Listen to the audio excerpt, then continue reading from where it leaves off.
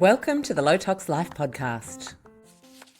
There's none left, We are not owners of seed, we're the caretakers of them, and we're caretaking them for the future generations that aren't here yet. And it would be remiss of us to not take, very good care of what we have for purposes greater than ourselves.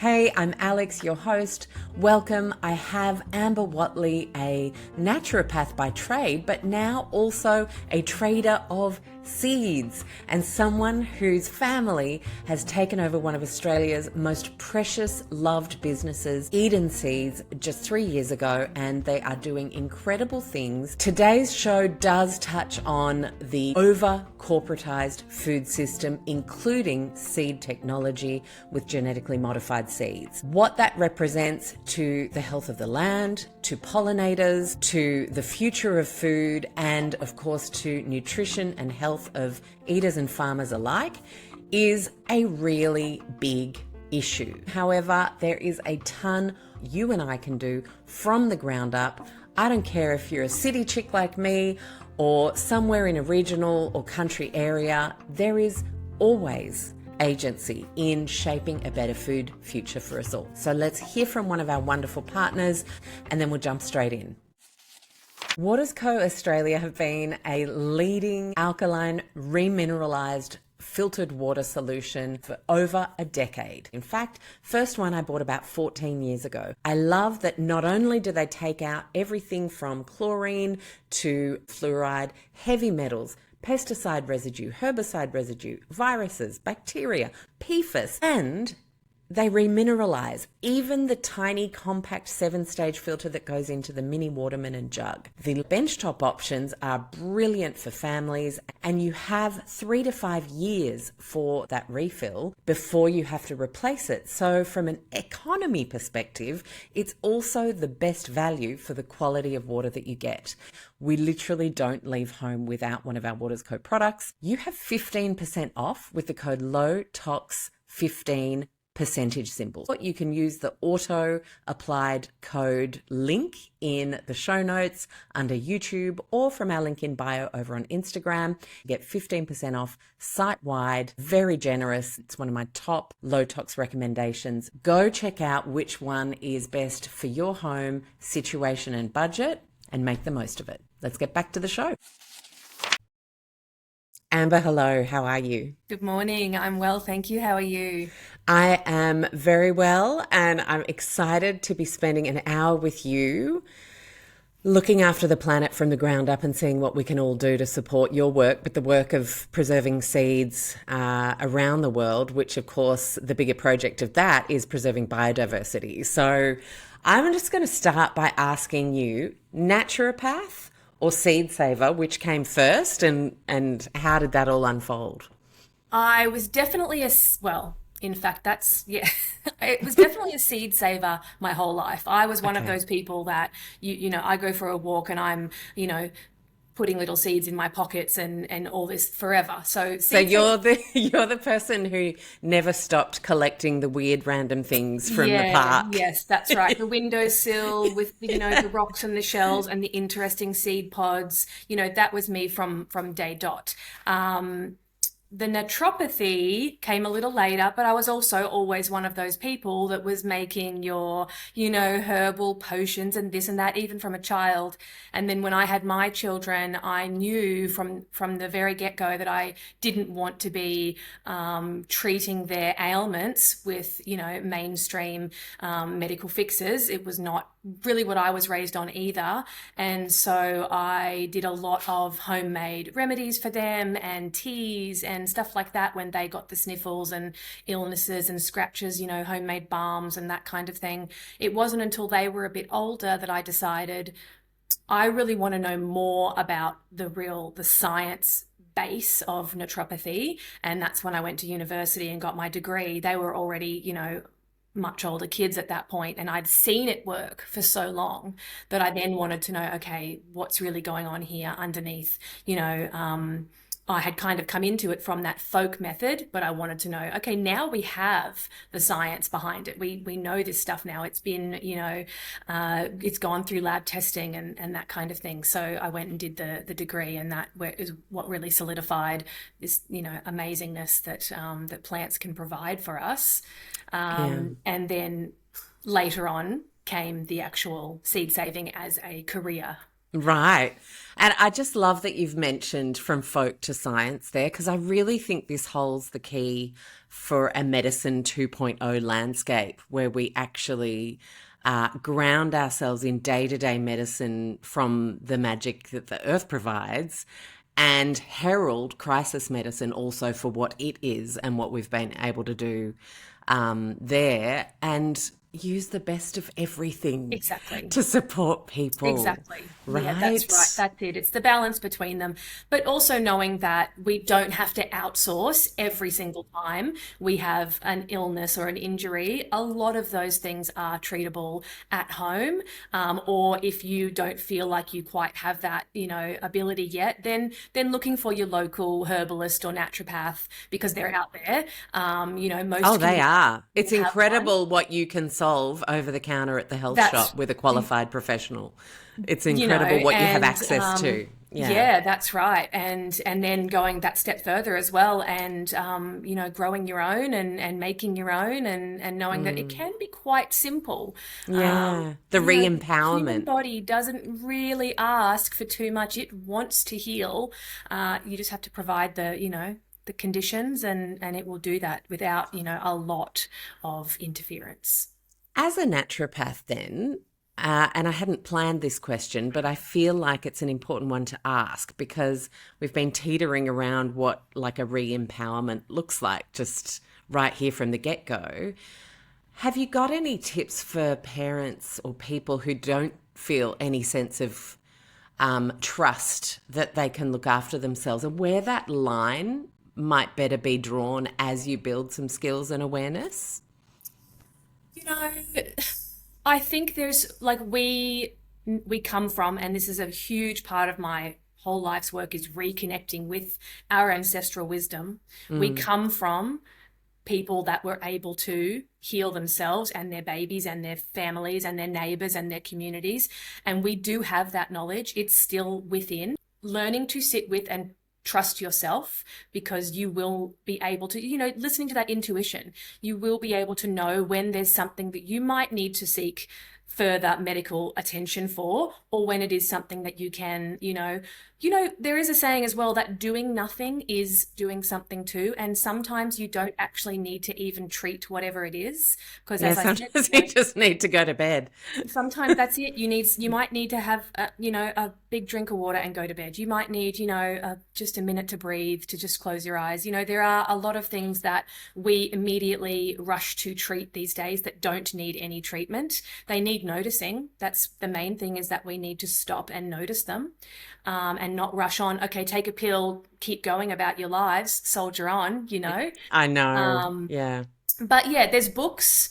The library is a fantastic resource. There are lots of kind of, home herbalism books that mothers can, read before they even start dabbling in, things that they might want to use but not sure about with their families. And most herbal medicine is very safe. I mean, chamomile tea, outside of maybe an allergy to the daisy family, it's a wonderful resource for so many different ailments. You can use that topically on your skin, on, sunburns, cuts. You can use that as to drink. You can use that as an eye wash. You can use that in your bathtub, actual tea bags in your bathtub. There are so many very simple, very, very safe remedies out there that mums can start with if they don't feel very confident in what they're doing, or a little bit of hesitation. Start with the really simple kitchen herbalism. It's really not going to hurt you or your babies. It's very, very gentle.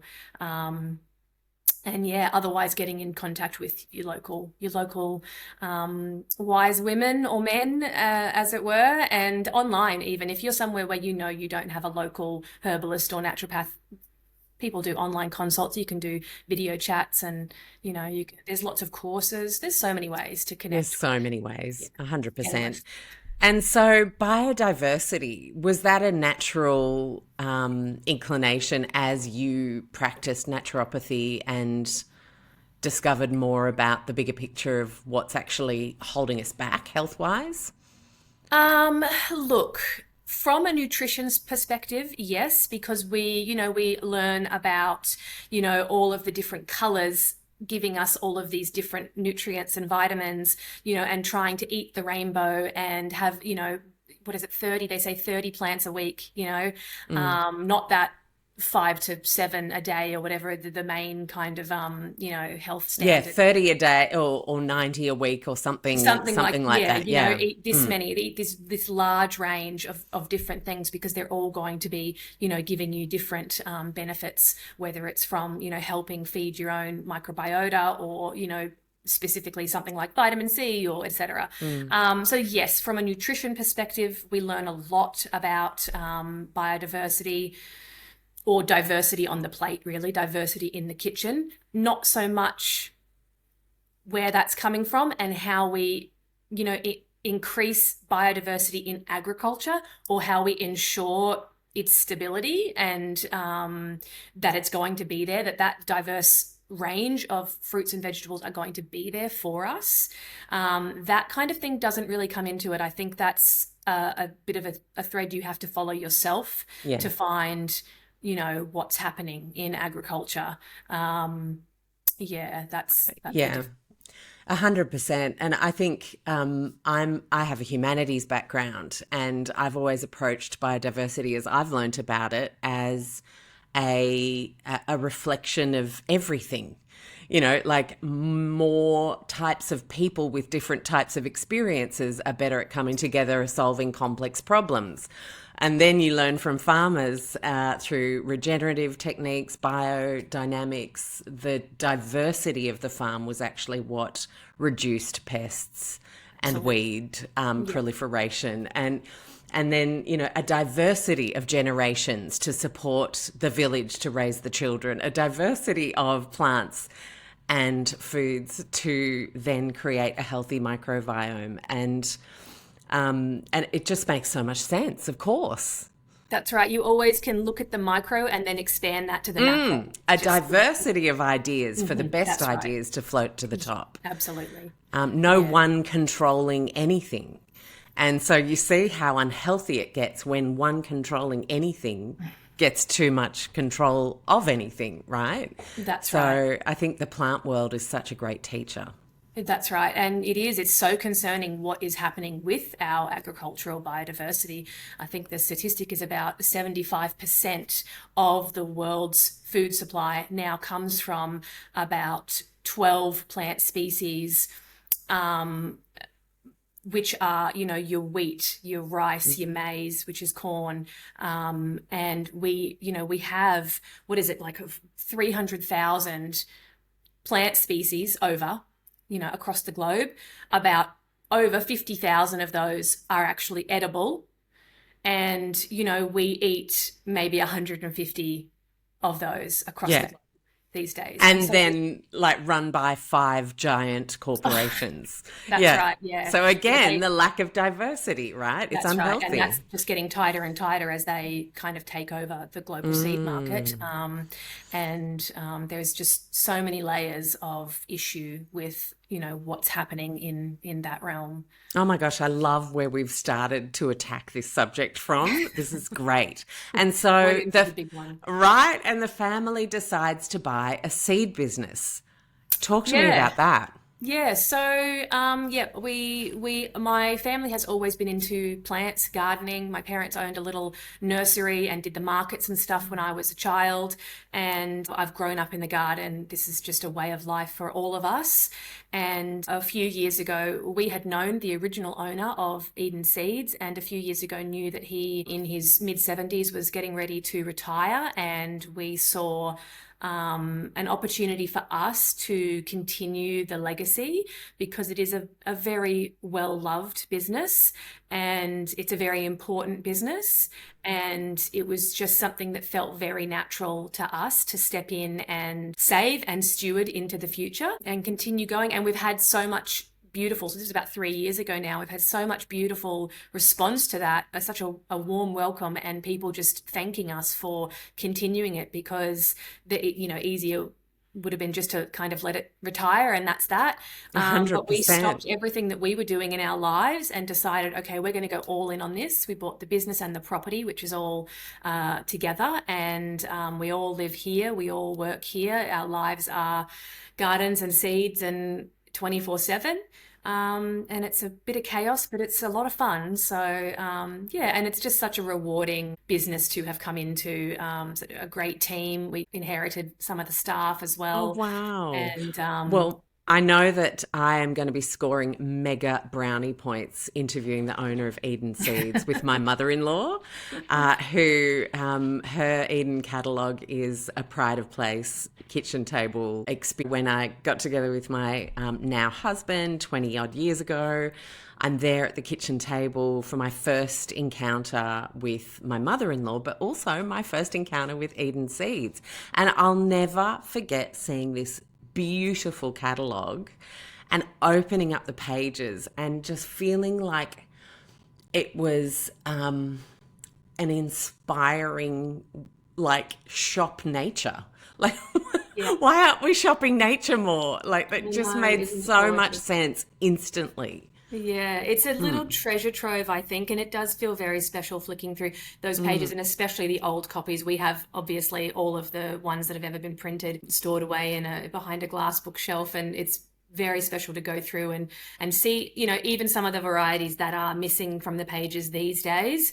But the catalogue wasn't in production for a couple of years, and we brought it back because we had so Awesome. much response to, hey, where's the catalogue? We need the catalogue. It's a coffee table book. It's such an institution in people's homes to sit down, and I've had people tell me they grew up with the catalogue on their kitchen table, and they would circle the things they want and tell their parents that these are the flowers or the veggies they wanted to grow, and that's very special. It is. And I think having a marketing background as well in part of my career, for me, this catalogue is like, not having it is you can't want to save or engage with what you can't see. Yeah.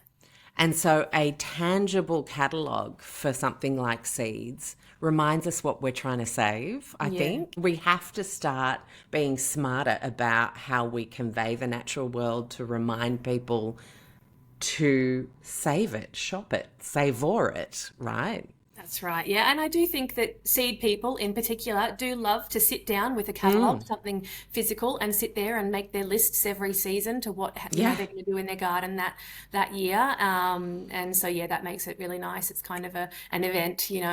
Mm. Yeah. I feel like the next phase is like seed clubs, like book clubs, where you get together and you like groups, They like, exist. right? They Yeah, exist. awesome. Yep. So we Yeah. need to So market them better. yeah, so that's the Yeah. Seed Savers Network. I mean, there Mm. are groups outside of the Seed Savers Network, but they are the people that kind of started and made famous these groups. And as you know, it's a community initiative. So you kind of, if you don't have one in your community, you need to be the one that starts it, right? Yeah, like co-ops. But Yeah. yeah, so we do sell a book called The Seed Savers Handbook, which was written by Jude and Michelle Fanton in the late 70s or early 80s, when they started the International Seed Savers Network.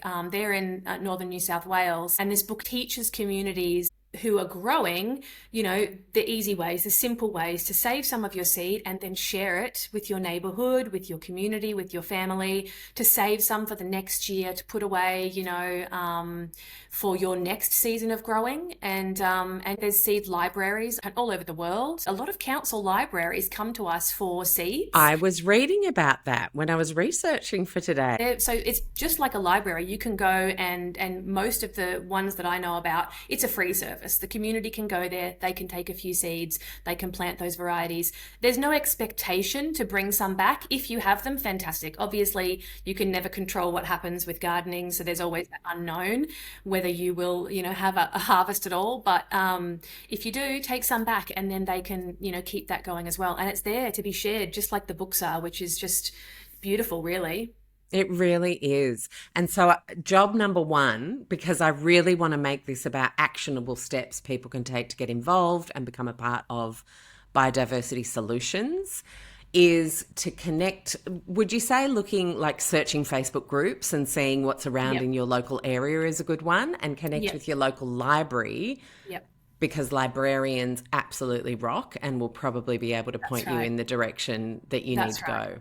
Yeah, so also crop swaps, and that's another one that's popping up around the place. We have a couple in our neighborhood that run monthly, and so a crop swap is basically a no money bartering kind of system, but it's just it's beautiful. It's such a great system. You take along what you have excess of that month, and that's anything edible. It might be eggs or honey, or it might be, you've got tons of potatoes you've just unearthed you're not going to get through, or there might be mulberries that are on your tree right now, which is what we've got lots of. And you take along what you've got, and then you can trade that for something else. And so if you need some honey but you've got a big bushel of apples, then you're going to trade with someone. And seeds are often at those events too. People keep their seeds and put them in little envelopes, and there's always seeds for trade as well. So crop swap groups on Facebook you'll be able to find, and seed savers groups on Facebook you will be able to find, and there's quite a few of them around the country. Or the Organic Growers Association, they often are good seed saving resources also. Yeah. Groups Fun. over the country too. Awesome. Fun side story. Age 10, me and my friend Bex went and pillaged all of the mulberry trees in this alley that was just up our street, and thought this is amazing and we'll have them for the whole year. And so there was this little under room next to the garage growing up, and we thought we'll put them in eskies so that they stay fresh. And we put them in this little room, and our parents didn't know we had done this. We just thought we were stockpiling snacks for like weeks to come. And then this fermented kind of Oh brew hall no. vibe Yeah. started to permeate the building, and everyone was trying to figure out what it was. And it was us saving our mulberries You'd in made some mulberry eskies. vinegar or some mulberry wine. We, God knows what that was, but Dad dispatched it pretty quick. But I Oh think, goodness. like, what a fun thing for everybody to start, not poorly preserving food Yeah, like no, if we you pick did. your mulberries, eat them in Yeah, a day or eat two, them or cook or them. make some jams, or, That's it. do whatever. But to really start to tune into what's growing locally. That's it. Every year we go up a few streets away from us. There's a tree that has a ton of lily pillies, and we make an occasion of it. And it really just plugs you into the seasons. And I think city people often get discounted as not being able to be involved with food systems. But if you look at some of the most amazing urban farming Absolutely. council projects around the world, even here in Sydney, with Pocket City Farms and what they've been able Yeah. to do. Yep. There are so many ways to engage, and we all actually have to start engaging. Some of the most amazing community farms I've seen are in urban environments. And, I think there's something to do with the fact that people are really missing out. So those people that participate in the specifically urban community farms are so passionate. They're just so passionate, and that is their outlet, and that is their way to reconnect, and that is their, it's therapy, and all of It this is. stuff. It's a well-being activity. Yeah, Like it's that's it. important, not Every just city to I go make to. time for, but to That's actually right. invest in yourself. Exactly, yeah. And it's a good social, outlet. It's a way to meet people that might have something, you've already got something in common, right? Because you're both going there. So it's a good way for people who might feel a little isolated to really connect. But every time I travel, I find the community garden of whatever city I'm going to, and go for a visit, because they're such welcoming places as well. They're there for a community. Yes. There's People no aren't going to be gatekeeping. attacking each other at a seed No. swapping event. Yeah. Yeah, that's it. And it's just We need amazing to more of see what that. can grow between two big Yeah. buildings, and then you've got this abundant little food oasis. It's amazing. It is amazing. Okay, so I I want to talk about obviously the business of selling seeds, and what that actually looks like and how it helps support biodiversity to support businesses like Eden. I'm not trying to do a sales pitch for you. This is not a sponsored podcast. You guys know me, never ever. Ads are ads, shows are important conversations. But Yeah, sure. it's important that you guys thrive. And I appreciate we want to be saving our seeds and swapping our seeds. But what is the benefit, the greater benefit to actually supporting Eden Seeds and companies like it around the world? Our major partner, AusClimate, is an Australian offer and they give you 10% off with the code LowToxLife all year round. A question I get asked often is, do I need a dehumidifier, an air filter, or both? And the thing to remember is an air purification helps reduce the toxic burden of your indoor air across all types of things, from pollens, dust mite, mold, VOCs from building materials. It reduces the level of toxins in your indoor air.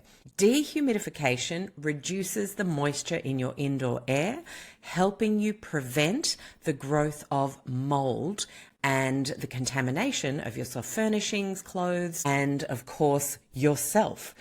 Because when it's over 60% humidity, mold is then given the perfect environment to grow. All it needs is dust particles or any kind of soft furnishing that it can grab onto, and it will literally start its job of multiplying and decomposing things. So dehumidification is for moisture control, reduction, and of course, therefore, the prevention of the growth of mold in your indoor environment. And air purification is for the overall reduction of toxic burden of a multitude of things for your indoor air. So hopefully that helps answer that question. A big thank you to AusClimate for being our partner, and let's get into the show. So I think, and there are more companies like us, and if you've got, I'm sure you've got viewers that are in, the United States or New Zealand or around the world, look for the Heirloom seed companies in those areas. We don't at this stage, it may change, but at this stage we're not messing with international shipping at all. So we don't ship internationally. And I often have people, a few times a week coming to me and saying, can you ship to wherever it is? And we just don't want to go there. There's so many quarantine, every nation has its different quarantine rules, and it's quite a tricky little minefield, but you can find heirloom seed companies everywhere. So look for those and do support them, because the important work there is that we specialize in the heirloom, open pollinated, non-GMO seeds. Now, I can define those for your listeners. Yes, please. Right? Yep, let's go full nerd. Okay, so heirloom seeds are those that have stood the test of time. They have been handed down through the generations. The specific time frame around heirloom as a title is contentious. Some people say they must be 50 years old or longer or older, so that way we know that line, that species has stayed true to type. So every year that you plant it, you're going to get the same result as the parent plant, and there's no, funny colors, flavors, sizes, shapes. You know what you're going to plant. It's that same every time. The genetics are secure, and they do say that you're looking at a minimum of about 7 generations to notice whether you've got fully secure genetics, but it probably is quite a lot longer than that. Can I just ask, beginner's mind here? Yep. 7 generations. We're not talking human generations. We're talking 7 crop cycles, right? Crop cycles. That's right. Plantings of it, and then saving the seed from the next, the babies of that plant, etc. Which is not very long. I would lean more towards the older that it is, the stronger those genetics are, the more reliable they're going to be with your planting and your harvest. So, the heirlooms are things that our ancestors grew, that our grandmother's grandmother's grandmother grew. They are coded with memory as well as those strong genetics. I like to say that, every seed is a story. It's carrying the stories of the people that planted it, our forebears planted it, and what they lived through, and the climate that was happening then, and the, whatever the upheaval in their lives was, all of that is written in the seeds. And we lose those seeds and we lose those stories. And I think that's a huge, huge issue. And it is making that disconnect that we have with nature wider and wider. So, saving the heirloom seeds is helping us to stay connected to our ancestors. The heirloom seeds also are stronger in that they have lived through all of those different climate ups and downs, and so they've got this genetic strength that They're newer varieties hardy. don't have. They're hardy. Yeah. Right, that's exactly it. They are different colors, different shapes, different sizes, different flavors that we may not have today. Like a lot of our grocery store staple fruits and veg are fairly bland, and so that's telling us that it's also probably lower in that diversity of nutrition because it's, all the same color, or it's all the same flavor, or it doesn't have, if you want to get specific there, tomatoes, for example, from the grocery store don't taste like a tomato. They're basically wet cardboard for the most part, Oh, I especially when know. they're out of season. But you eat an heirloom tomato, and I've seen people go, I had no idea what a tomato tasted like until they bit into a fresh, in season heirloom tomato and realized, wow, this is unlike anything I've ever tasted. Yeah. And so, heirloom seeds, passed down through generations, saved by communities, saved by families. They've traveled. They are stronger against climate upheavals, insects, pests. They rely on, and this kind of branches into the open pollinated definition as well. Heirloom seeds are open pollinated seeds. Open pollinated means they are pollinated by natural forces such as wind, animals, birds, insects, etc. Things brushing against them, taking the pollen from one to the next as they move through the crops.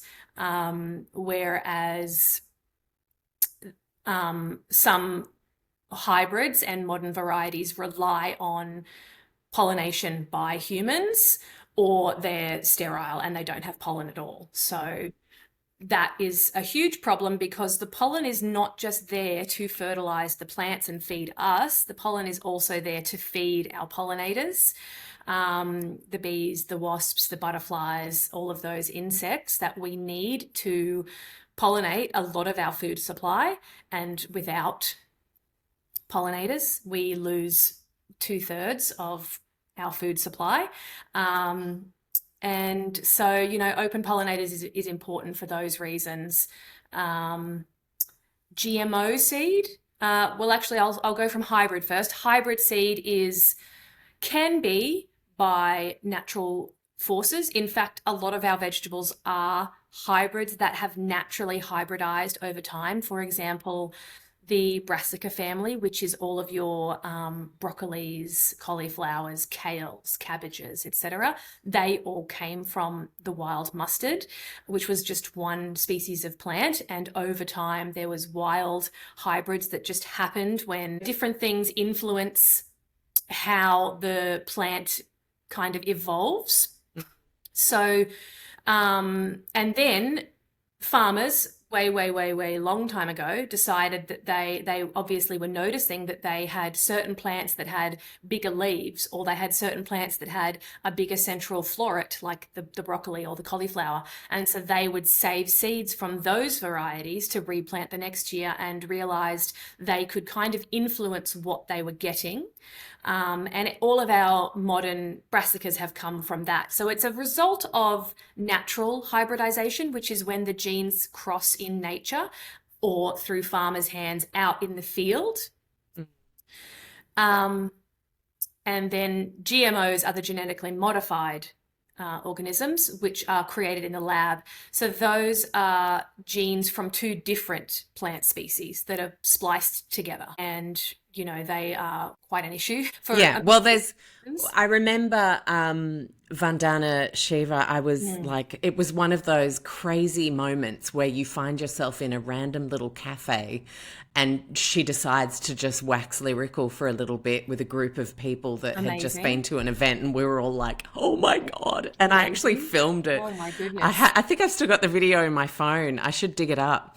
It was so amazing. And she said, remember, anything can be given an IP and protected in a corporate sense if it's just different enough from a natural thing. And so, I think about experiences I've had since where you go on an Aboriginal tour guided nature walk, and they talk about how they can't tell you what certain plants do medicinally because corporates send people to try and get intel to find out about the magic of the plant world through the Indigenous lens. And you just think, my God, it's just so extractive of both nature and the wisdom, the ancient wisdom. That's right. The Indigenous people do hold their plant wisdom close, don't they? And Good on them. full respect for that. Exactly. That's right. I know. Yeah.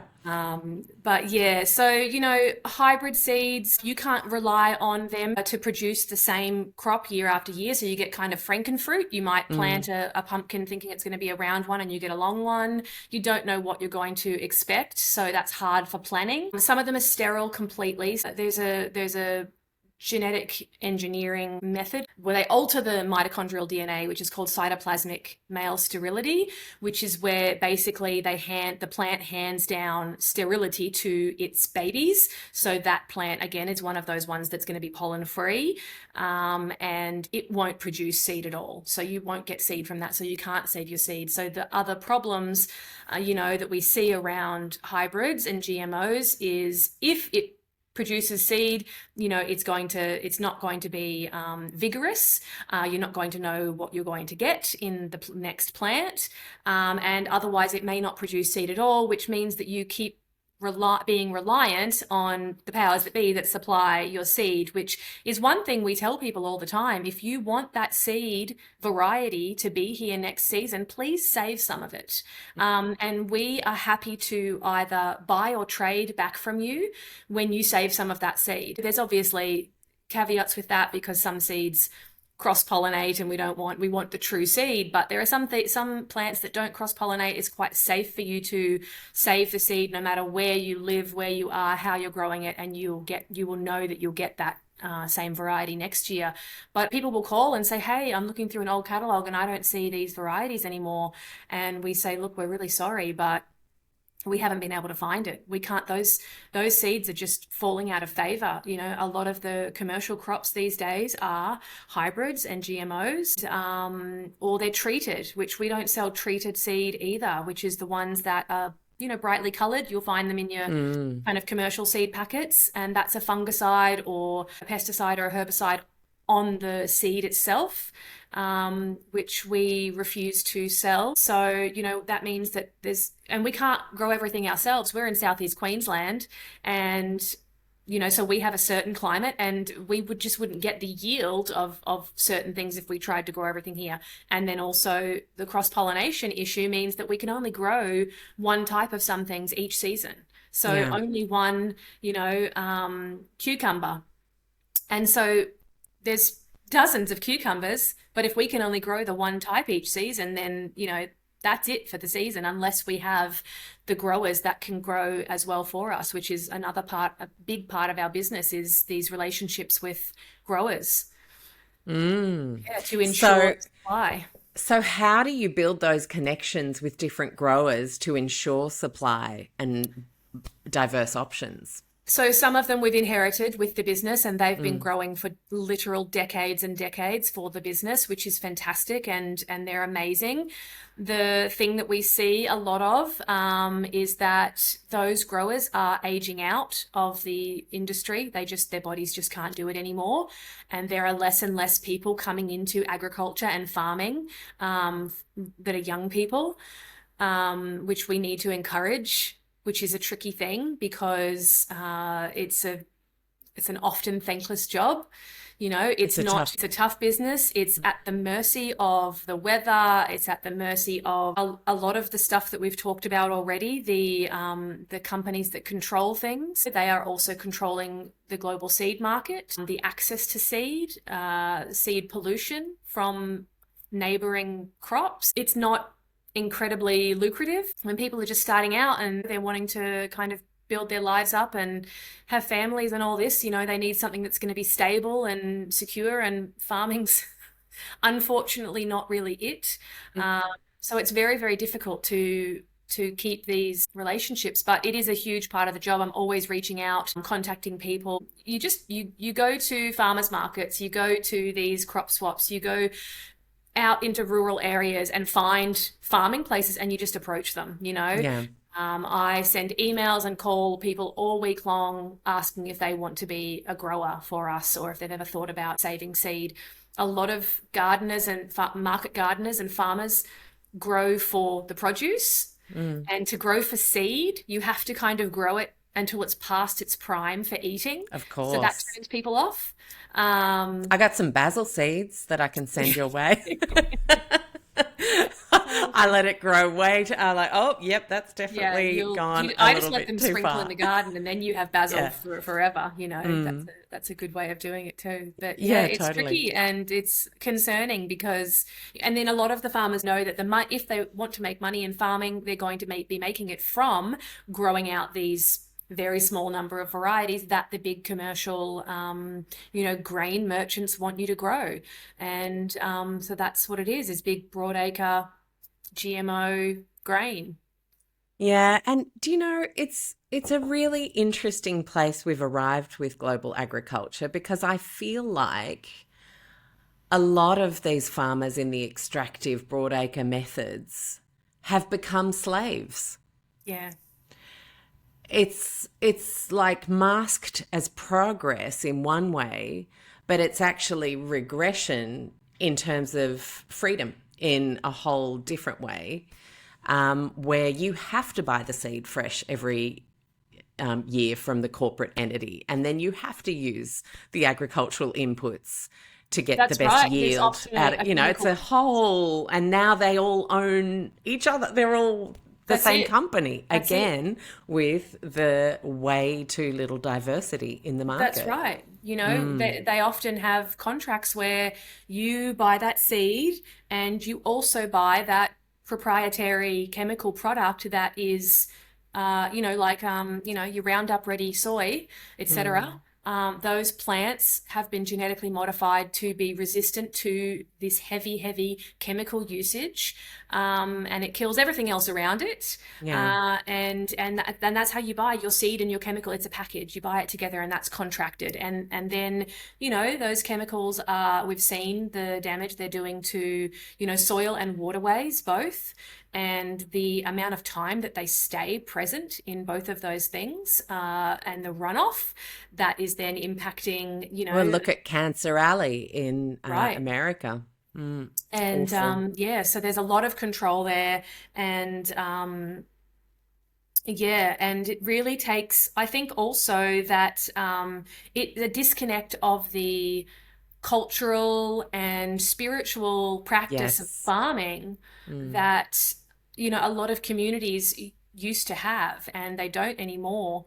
There are some projects around the globe where we see that communities are taking back a bit of their sovereignty, and some of the projects are sponsored, etc., but some of them are very grassroots community based, where they have are trying to take that kind of autonomy in growing and saving their own seed, and not having the influence of the giants owning the seed, and then starting their own seed banks as well, which is very positive. More of that kind of stuff would not go astray.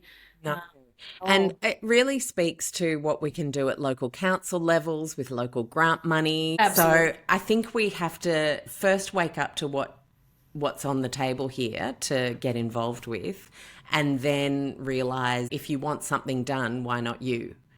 If Oh yeah. this particular topic, there's so many different things to care about in the world, but if this one really matters to you, if you want that all natural label on your yogurt to actually mean something and not just be a buzzword, Right. we've got to get involved. We've got to see first the transparent paths. And if we don't like what we find, which Absolutely. we don't, in 90% of the cases, we've got to do something about it. Absolutely. That's right. Yeah, there's just such a going back to that biodiversity thing, there's just such a risk with our choices becoming narrower and narrower. We've seen this in history, and history repeats itself. So we've had the warning signs, we've had the Irish potato famine. How many times has there been something that has taken out? There's been blight. There's been blight. We've had recently tomatoes. I don't know if you've seen anything about the fruit virus, the brown rugose fruit virus, but that has come to Australia now, and so there's restrictions with moving tomatoes around the country as well, untreated tomatoes that is, and tomato seed, to keep certain areas free of this virus that will then, you know, cause a blight in crops. So we need to make sure that we've got these varieties that have stood the test of time, that are many different varieties out there, hundreds and hundreds of tomato varieties out there, you know, like. What's your favorite tomato variety? I know I'm asking you to pick a favorite child. I get it. You know, one I'm growing this year, which I think, and I haven't grown it all the way yet, but I'm so excited to see, and it's just so interesting, and it's called the Riser tomat, and I'm not sure if I'm quite pronouncing that correctly, but it basically translates to the traveler. I don't know if you've seen this one, but it looks kind of like a bunch of grapes, and it was said to have been carried by transient people, because you can take off one of those little segments that looks like a grape, and the rest of the tomato stays fresh, so it can be packed again for traveling. And so you put it off, and it's basically cherry tomatoes that are all kind of solidified into one main tomato, a big tomato. And we do sell the seed for this one, and I was thinking, man, I haven't grown this one, I have to grow this. It's just so cool looking, and so I'm very excited to see what happens there. That's just such I can't wait to see what happens there. I'm going to ask you for a few more favorites, and what I'll get our wonderful Elle to do, who does the YouTube version of the show, is she can put the pictures of each of them up as we go, because you know, the visual is like, oh, I want one of those. Absolutely, and it really speaks to, like, I often think, you know, nature's marketing calendar needs some work. Like, we need to get like people going, oh, wow, I get to taste something new. And so it's not the new product from Mars Company for fun snacks, but it's the new delicious delight that nature provides from heirloom seeds. It's the old new. Yeah. Exactly. And so that's your favorite tomato. Well, it's my favorite at the moment because you're excited about it. I love a lot of different tomatoes. There's so many. And tomatoes is a really good one for people to get into seed saving with, because they're self-pollinating, which means that they won't cross with other varieties. So if you are in an urban or suburban environment, you can grow a tomato in your backyard. And if your neighbor's growing a tomato, they're not going to cross and the genes get mixed up. The genes will stay true, and you only need to save one tomato. You don't even need a whole tomato to save. You can eat half of it if you want, and then scrape the seeds. It's so easy to save tomato seeds. One good sized tomato can have 200 or 300 seeds in it, and you only need a couple of seeds to then plant that again next year, and you can literally just squeeze it out, give them a wash and wipe them out onto a paper towel, and save that paper towel in a, you know, little Ziploc baggie in the crisper of your fridge until next year, and you're good. Obviously, when we save seeds, there's more to it than that, but for your home backyard seed saver, it doesn't have to be overcomplicated. They don't need to be to the point where you're able to save them for the next, 20 years. Although I will say that we have tomato seeds specifically in our seed bank that's 20 years old that still germinates, no problem. They're amazing. So I do encourage people to just try a tomato. They're very hardy, and it's very satisfying to grow tomatoes. If you've only got a balcony apartment, you put it in a pot. You can grow a tomato inside in a sunny window. They're a very forgiving plant and a very easy way for people to get into seed saving. So that's just I love that tip. It's the succulent of the food world. It's like, it's hard to kill, easy to grow. Yeah, we love those. Okay, that's a great beginner's tip. Thank you. Now, other favorites. I love growing beans and pumpkins. They're probably my two favorite varieties of plant to grow and save. The seeds are very easy to save from both beans and pumpkins. The pumpkin itself, you can pretty much still eat the pumpkin after you've saved the seeds, which is also a bonus. Beans, you want to grow until they're past eating stage to save the beans, the seeds inside. But you can still eat some of them as you go. The climbing beans, I think they're so prolific in fruiting that you can eat, and you only need to save a few on there, and those are the ones that you'll save for seed, and you just let them basically die on the vine. Once the vine dies back to be kind of crispy and crunchy, the seeds inside are hard and dried, that's when you're picking them to save. If you do it earlier than that, they won't be fully mature and they probably won't germinate. And of those varieties, beans, I put up a little post about this one on our Instagram the other day, but last year, or at the start of this year, I grew the Cherokee Trail of Tears bean, and that one was very satisfying, beautiful to learn about, and such a gorgeous plant and bean. So that one, the story goes that the seeds were saved, were grown by the Cherokee Nation for probably their whole existence, and when they were forced to march the Trail of Tears to a new home, when they were forcibly removed from their homelands, they carried the seeds with them, and so they were saved, which is quite amazing, and all kinds of feels about that. Oh, And 100%. I was interviewing Dr. Andrea Sullivan on the show recently, and she is an African-American naturopath of 40 years, incredible wisdom. Initially started out doing a PhD in criminology, of all things, quite a and pivot. as the first Black woman at the University of Pennsylvania. But she has this herbal medicine lecture on the preservation of African herbal medicine in the boats that slaves carried, hid in pockets, Yes. lockets, hair, Yep. to be able to continue doing their medicine. And I just think the effort and hardship, the belief in the importance of these plants Yeah, by these people is all you gotta know that's it. to want to Yeah. keep learning about them and saving them and honouring the incredible right. effort that was made to preserve these foods and medicines. That's right, and it's such a huge part of all humans' culture ancestrally is the foods that nourished them and their families and their tribes, and like I said, those seeds are carrying those memories, and I think it's so important to continue them. It's the same thing we've seen with burning of books and this kind of stuff in history, is that those stories of those people are gone from history, and that's not okay.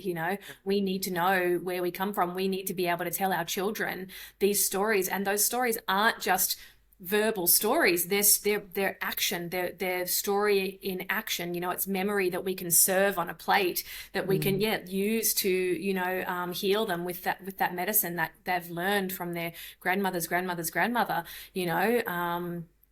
So yeah, I think that part of seed saving for me is always the story. I want to know what was the origin of that seed. I want to dig as far back as I can and find out as much as I can about where did this seed come from? What are some of the most amazing seed stories? And to share them, because they're not for me, they're not mine. So that's a big part of the kind of social media and stuff, is to share them with people and to get people engaged in this storytelling, so that they're sitting around a campfire or a dinner party, or standing in line somewhere at a shop, and they've got this story. Oh, tell this story, tell someone this story. You heard this story today about this bean that was another favorite bean story is the Mostola Wild Goose Bean. Oh, do tell. That was fantastic. So it was mid 1800s in Pennsylvania, and I think it was Pennsylvania.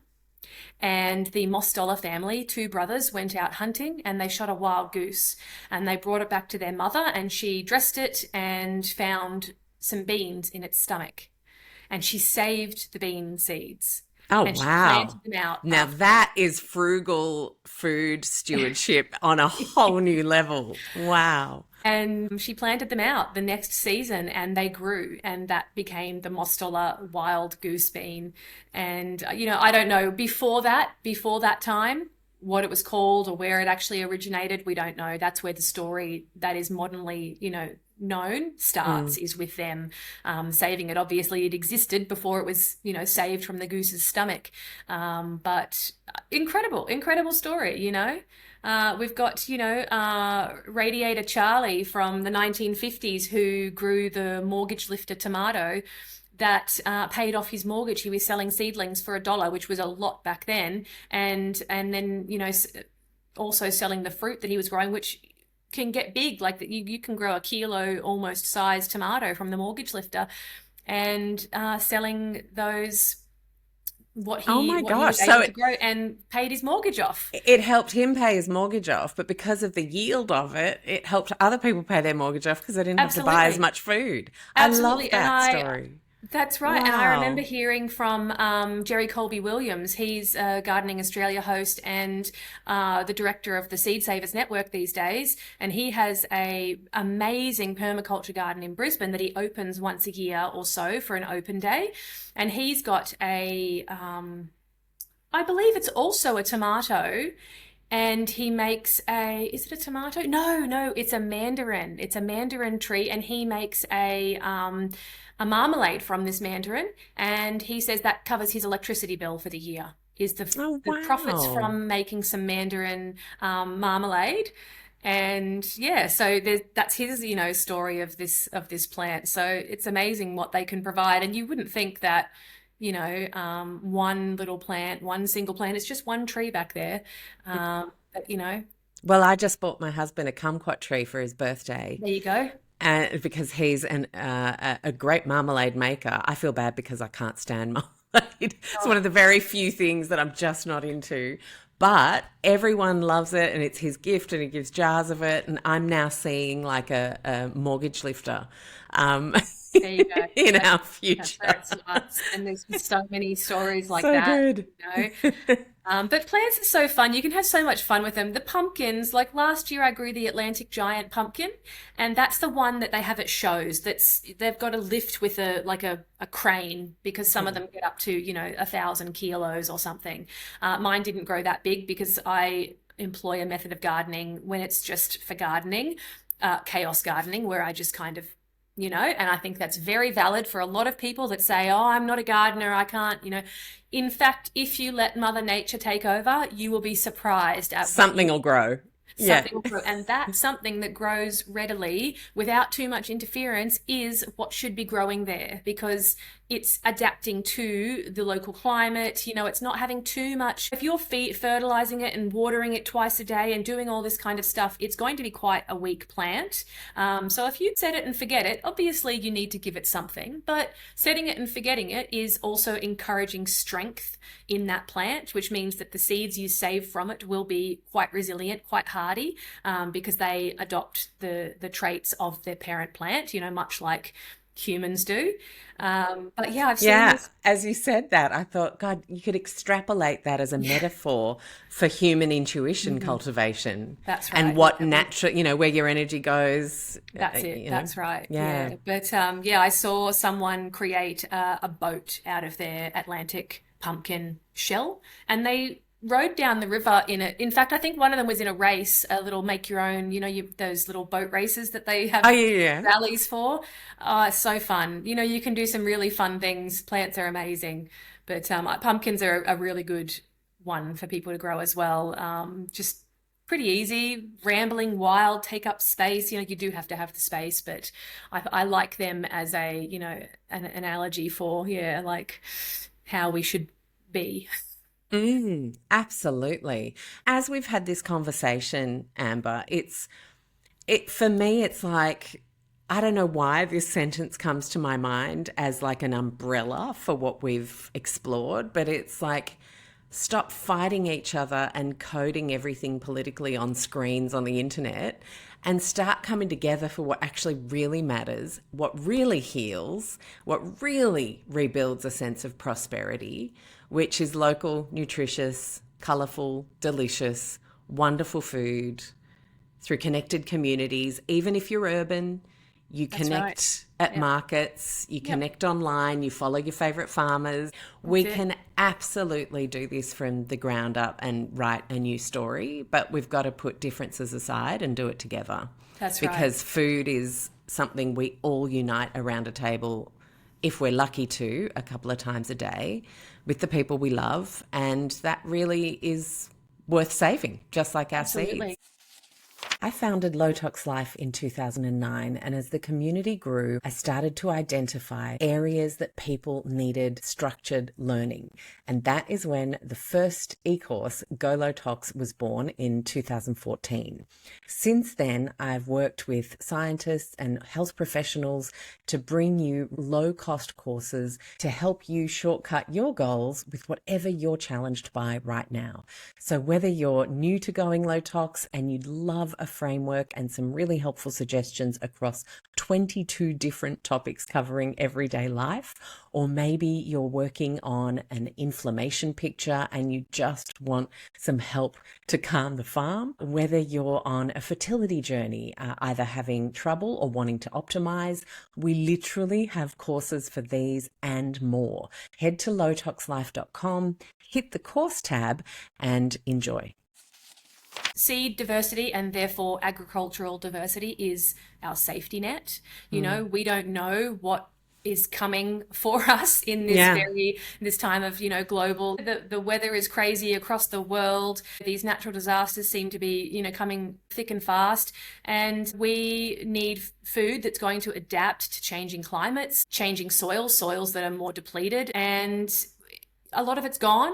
We can stop it from completely disappearing. There was about 120 or so thousand varieties of rice originally, and we have well, maybe 1,000. I'm not sure exactly the number. There was definitely over 100,000 that we had to begin with. We have maybe 1,000 or so left. And how many varieties do you see of those 1,000? Maybe 4, 5. Halt the destruction of our biodiversity by just saving one thing. You don't need to save every variety yourself, nor do I. But if everyone saves one variety and you tuck it away, and there are some, tips and tricks to saving seed so that it will be viable for many years, and that's keeping it cool, dry, and dark. Well, we're all going to be following Eden Seeds to pick up more tips. These tips are out there. There's books written. There's a lot of information out there. We keep one variety alive each and keep growing and keep sharing them, and that's a huge start in halting the progress. And then the seed banks around the world. We have a seed bank which is quite small, but there's the Svalbard. I'm sure you know about the Doomsday Vault, which has 1.5 million, I think at this point, different varieties from however many nations around the country, around the world, and those are there in permafrost for if there was an eventuality with absolute global destruction. They are there to rebuild the global biodiversity. Hopefully we will never actually need to access that vault and do that, but it's good to know that there are those. That's a free program. You don't have to pay to store your seeds there. It is a volunteer kind of situation where the UN, in conjunction with the Norwegian government, yes, it's pretty inspiring, which is pretty amazing. But there's seed banks all over the world, seed savers networks that have seed banks that you can access, and you can put things in. If you grow something that's amazing and you've never seen it anywhere else, then save a few seeds and give it to one of these seed banks if you've got too many, and you're doing your part in kind of continuing the preservation of these varieties before there's none left. We are not owners of seed, we're the caretakers of them, and we're caretaking them for the future generations that aren't here yet. And it would be remiss of us to not take very good care of what we have for purposes greater than ourselves. Thank you so much for inspiring us, Amber, to start doing that work from our own little corners everywhere. It's just been such a joy to get to know you, get to know more about the new chapter for Eden Seeds. Thank you to your family for taking on the task of cultivating seed sovereignty here in Australia. We really appreciate it. And we're having a lot of fun. It's a I can see that. Yeah, awesome. Great to have you on the show. Thanks, Alex. Thank you for joining us in listening to this week's show. If you're not already subscribed or following the show on whatever platform you listened, please do that now. It helps enormously in terms of getting this show out to more people. Another way you can connect and support the work we do so that we can support you in your low tox life is join us in the Low Tox Club. You'll get access to amazing member masterclasses where we invite some of our best show guests for a live Q&A with members. You also have great shopping discounts from low tox businesses and honestly, the nicest low tox community Facebook group that exists on the internet. I do hope you join us there. It costs just the price of a coffee a month on average. Head to lowtoxlife.com, hit the Explore tab, and Low Tox Club is the first option there. Thank you so much for listening, and we'll see you next week.